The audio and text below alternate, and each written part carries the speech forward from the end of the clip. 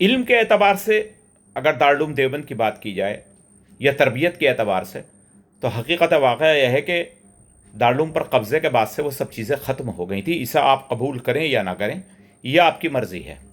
آپ نے جس نیت سے دارالعلوم پر قبضہ کیا تھا، اس کی عمارت کو قبضایا تھا اور ان اکابرین کی بے عزتی کی تھی، بڑے بزرگوں کو گالیاں دی تھی، ان کے جلوس نکالے تھے، ان کے گھروں کے اوپر پتھراؤ کیے تھے، ان کے ساتھ تقریری بدتمیزیاں کی تھی، وہ سب آپ کے شاگردوں کی شکل میں آج آپ کے سامنے کھڑے ہیں۔ آپ تسلیم کیجئے گا یا نہ کیجئے گا، لیکن میں کہنے سے گریز نہیں کروں گا۔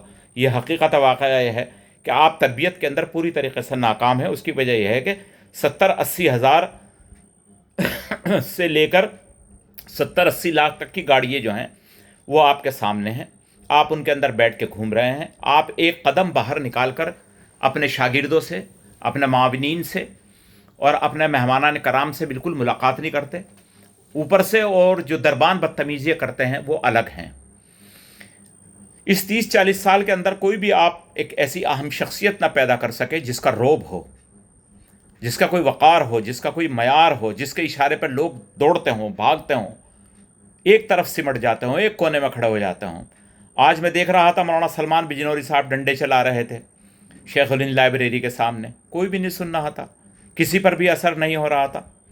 یہ اثر آپ پر بھی نہیں ہوا تھا۔ اب آپ نے بھی اپنے بزرگوں کی بے عزتیاں کی تھیں، وہ دوسری شکل میں آج آپ کے سامنے آ رہی۔ برا نہ مانیے گا، تربیت کیجیے گا ان کی، اور یہ مت کہہ دینا کھڑے ہو کر کہ یہ دوسرے مدرسے کے طالب علم تھے، بالکل مت کہہ دینا۔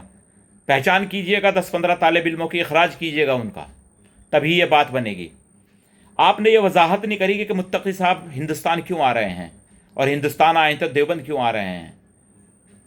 آج کل پاکستان اور افغانستان کے اندر بڑی کشیدگی ہے۔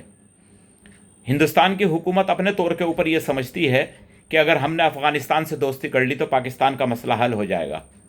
انہوں نے ایک تیر سے 2-3 نشانے لگا دیے، ایک طرف پاکستان کو زیر کرنے کا پروگرام بنا لیا، دوسری جانب آپ کے پاس بھیج کے ان سے جو ہے اپنے اغراض و مقاصد بھی حل کرا لیے، اور یہ بھی پوری دنیا کو میسیج دے دیا کہ دیکھو طالبان کا رشتہ آج بھی دارالعلوم سے برقرار ہے۔ اور دارالعلوم اس کی ہمت نہیں جٹا پا سکتا تھا کہ وہ کھڑے ہو کر یہ کہہ دے کہ متقی صاحب دیوبند نہ آئیں۔ آ گئے تھے، کوئی بات نہیں تھی، نظم کرتے، بیریکیٹرز لگاتے۔ کیا اس سے پہلے فخر الدین علی احمد نہیں آئے؟